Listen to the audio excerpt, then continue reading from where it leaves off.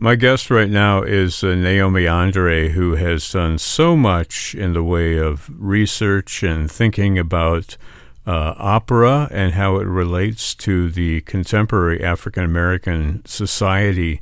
So, the last time that we spoke in this context, Naomi, was, I believe, when we talked about the opera Il Trovatore by Verdi. Remember that? Absolutely. Yeah. It's so nice to be back. Thank you. And it was interesting in that discussion how we talked about, an opera from the 1850s and how the experience of those characters could relate to contemporary society today, especially African American society. And now we are talking about the opera Blue, which was tailor-made really to address these concerns. And I wonder if we can begin by you sort of placing Blue in context. Where does it fit in the operatic canon? We'll talk about, the things that are addressed specifically in the opera, but where does Blue fit alongside Il Trovatore, right? It's a progression. Can you talk about that a little bit? Oh, sure. And I'm so glad you phrased that question like this, because I see opera that is being written currently as well as opera that has happened in the past 100+ years as being connected very much, coming out of this tradition that we think of the grand tradition of 19th century Italian opera. I'm so impressed with how Toledo Opera has taken issues from canonic operas, repertory operas such as Verdi's Il Trovatore or Traviata or a bunch of the other operas they're doing, and they find ways to make it connect to what is it about this opera that feels connected and relevant to the present.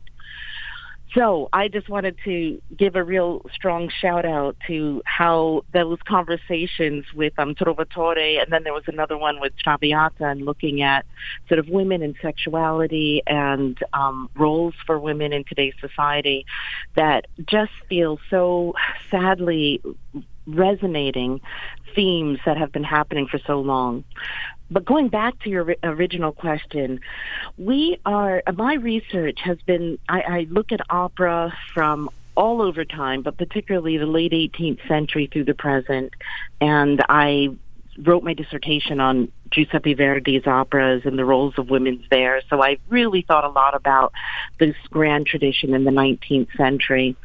And the history of opera has always been, it seems, this fairly, if I can say it so baldly, like a really whitewashed European tradition, where people of color have been relegated to just a couple of operas, such as Madama Butterfly or Turandot or Verdi's Aida and Otello.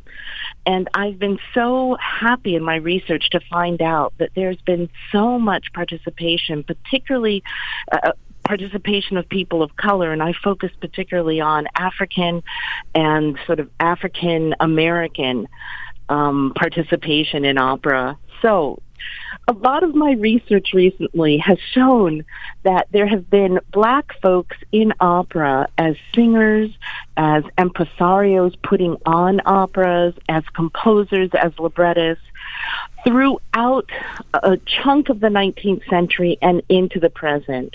I actually feel that Blue is part of this golden age of opera that we're having right now, where we have Anthony Davis, whose operas X, Life and Times of Malcolm X, Amistad, and the Central Park Five are three operas out of several, but three operas that focus on black experiences. William Grant Still with Highway 1 USA, that's beginning to get some attention. Troubled Island, his opera from 1949, was premiered at the New York City Opera.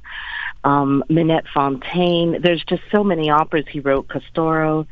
We have Terence Blanchard's Fire Shut Up in My Bones that opened the Metropolitan Opera seasons last September, and they're getting ready to do Champion. His other opera, both of Fire and Champion, had been premiered at Opera Theater St. Louis.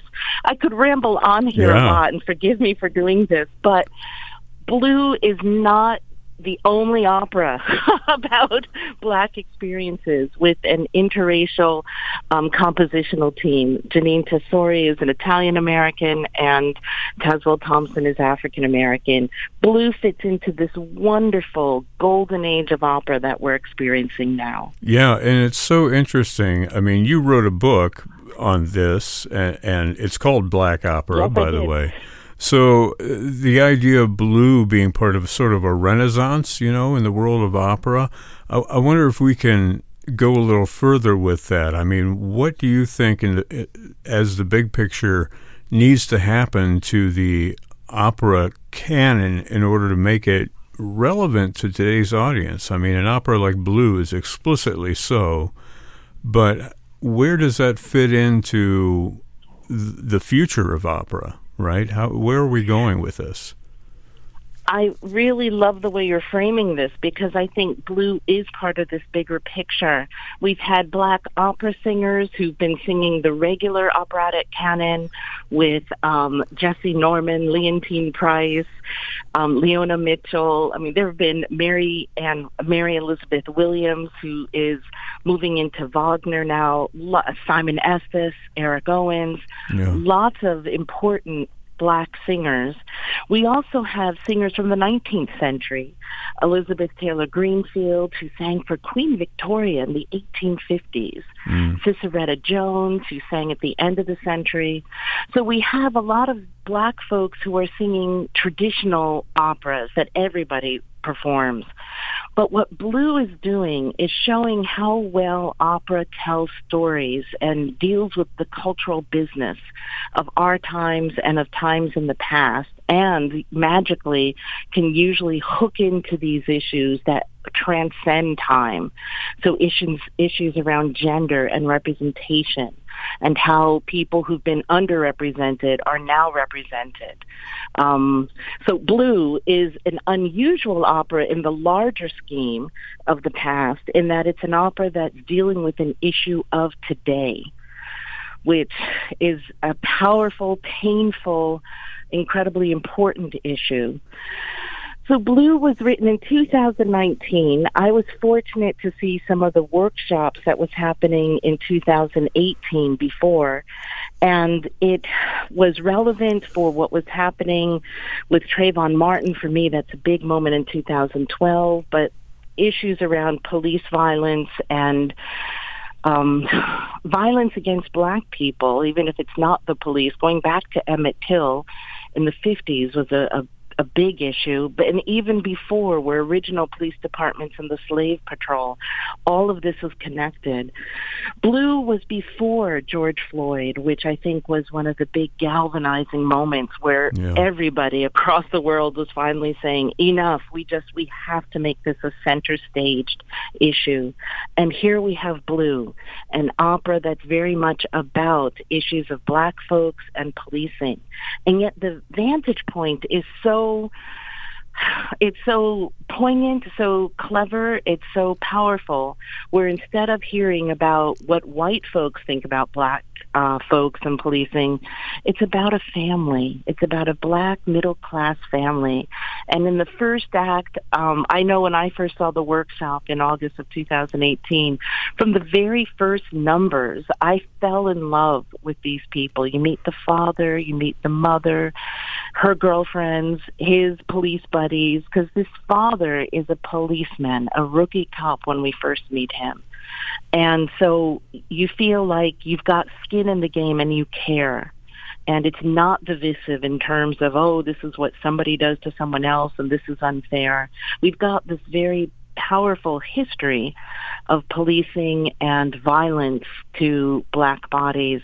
But this story brings you in so you can see it from a different vantage point. You see it from a policeman himself and his family. There are many communities, I think, that are related to, you've got family, you've got the police, right? The father is a policeman, so his friends and buddies, and you've got that world. You've also got the church, which is very powerful in this respect. And so all of these things that I think maybe an audience can latch its ear on to try and understand these communities in a wider context, because that's what art really does. It's for everyone. And I think Blue speaks to that, definitely. I'm curious, you mentioned the white community, and opera typically has, white European male composers and a white audience. I mean, how do you see Blue opening the door to the community, maybe introducing new people to this art form, because it's been around for 4 centuries plus, but it still has somewhere to go, right? Absolutely. And the thing is, it hasn't been an exclusively white community, which is what, as an African-American woman who's been going to the opera regularly since the mid-'80s when I was in college, and I was in New York, so I was very fortunate to go to the Metropolitan Opera a lot. And I would see so few people who looked like me in the audience, not too many on stage, not many in the orchestra. I didn't know who was behind the scenes with admin, but the few big names I knew, Peter Volpe and James Levine, and, the people who are the artistic directors, and even up to the present, there's so few black folks involved. So given all of that, I'm saying 2 things at once. It seems like an overwhelmingly white environment, and it is, and yet there were people like me who would go to the audience. We didn't make up a critical mass, so I didn't see them, but I was there. And I know I have a lot of friends I have a friend who's an usher at the Metropolitan Opera, Nancy Clark, and she knows so much about opera and has been there for decades. Yeah. So we have been there hidden, and now I think we're coming out of the shadows and having stories about us and showing that, yes, we're actually going to the opera, and it has been happening, and hopefully Blue is part of this story that opens up more people going to join us who realize that these are terrific, incredible goodies in opera that everybody can love. I think that Toledo Opera has done a great job of supporting this idea and introducing and preparing their traditional audience for this production and these conversations. They've had so many conversations that are peripheral to Blue but related. And the documentary that they made as well is really, I think, a powerful statement to the community. You are not kidding. If we were in person, I would be like gesticulating and saying, yes, Toledo Opera is amazing. For the leadership, the board, the advisory council, the outreach folks. I've met some members of the board, and I can't remember their names now, but Suzanne Rorick, who is the general director, and then Alyssa Greenberg, who is the outreach person. They are gurus in figuring out, okay, what do we do to open up this opera and make it part of Toledo's story that sort of connects to what has been happening in Toledo. This documentary that has people from the community, the events that are happening at the library, the conversations, pre-concert talks. It is incredible. They really are a beacon for how to take this opera and hopefully others, but really this opera to open up the space to a wide range of folks. Well, they've enhanced the richness by making the community aware of the issues that are being addressed. But when people are sitting in the theater, they're listening to the libretto, they're listening to the music. I wonder if we can talk about Blue itself, because the music is extremely sympathetic and listenable to a traditional opera-going audience. In fact, there are some tunes that I can't get out of my head.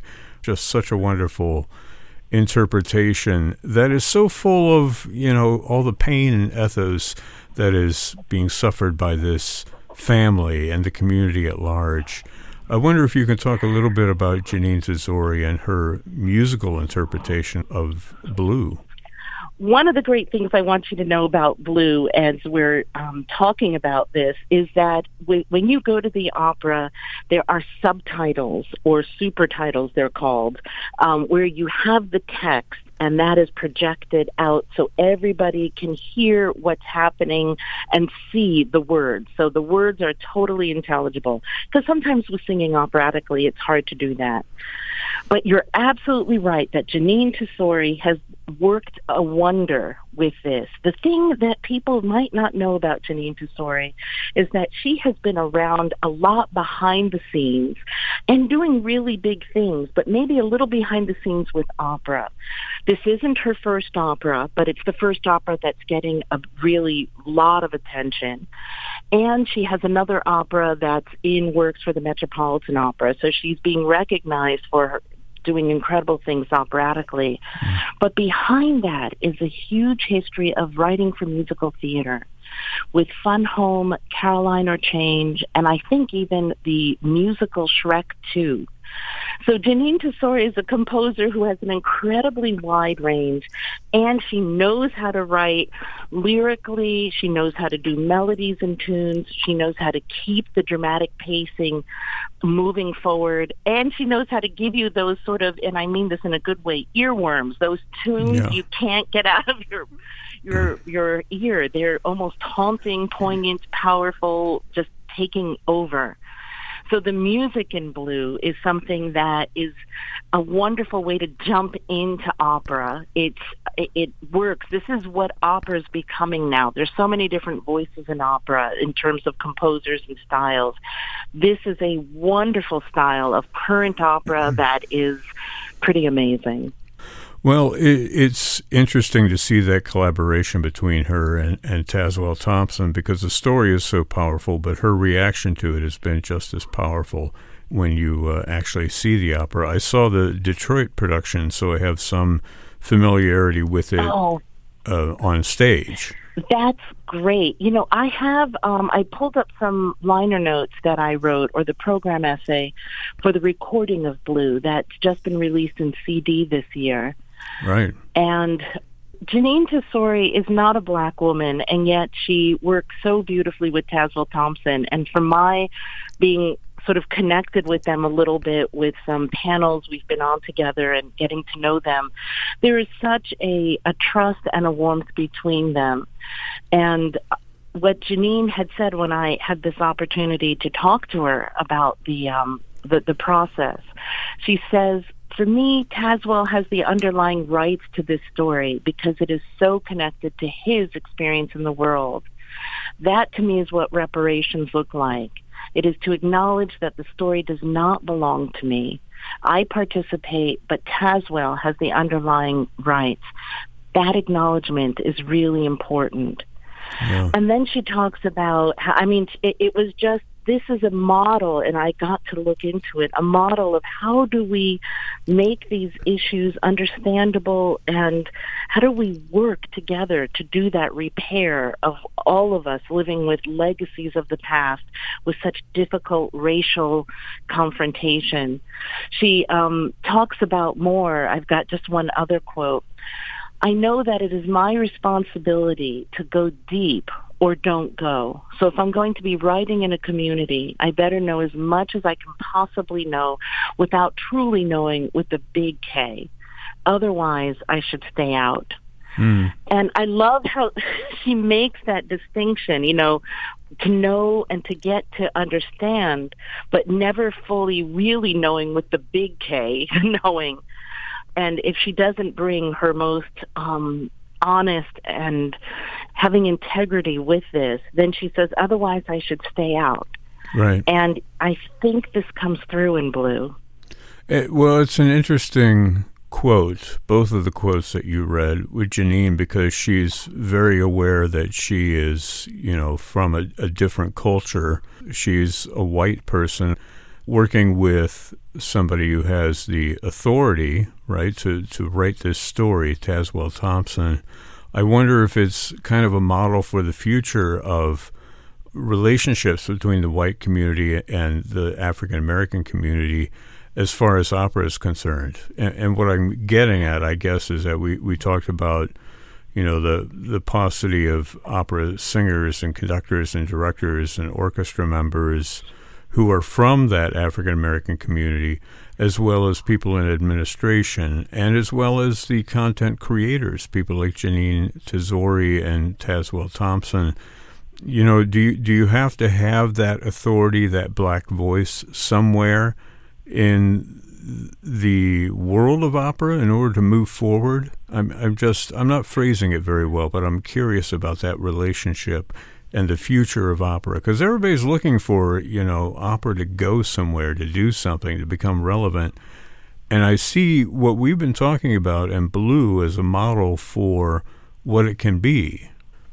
Yes, I think you are right on here. My own personal view, and I'm sure I only speak for me as somebody who's been a scholar and has had the really good fortune to work with a lot of companies. I think it is needed. I think that interracial understanding and working together is the way to go. We absolutely need more black voices to be center staged in positions of power. And if there are all black situations in opera, I'm all for that. However, I think the richest form of opera moving forward includes all black spaces as well as interracial spaces.